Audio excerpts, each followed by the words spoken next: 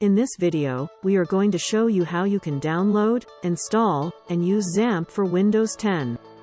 In Google, search for Download Xampp for Windows. Open the first link that says Download Xampp. Here, you need to download 64-bit Xampp for Windows. Once the download is complete, double-click on the file to run it.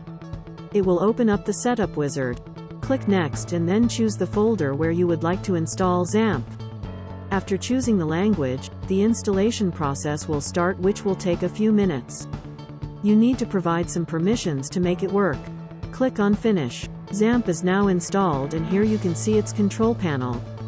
This is the localhost page that will let you know if the Xampp is running or not. Currently, it's working, as you can see for yourself. Now, from the control panel, we'll stop the Apache and MySQL.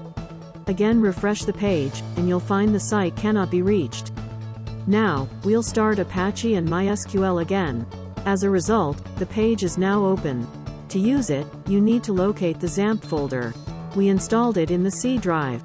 Inside the Xampp folder, open the folder named htdocs. Here, create a new folder and provide a desired name for it. Inside this folder, you can create any file you want. For example, we're going to create this test file. In this file, we'll add a PHP code that says hello world and then save this file as PHP. We can remove the text file, it's of no use. Back to the browser, and in the search bar type localhost / name of the new folder we just created, and then hit enter. Here, you can see the test file that we just created. Open this file, and you will the hello world here. Thanks for watching. Please like, share, and subscribe.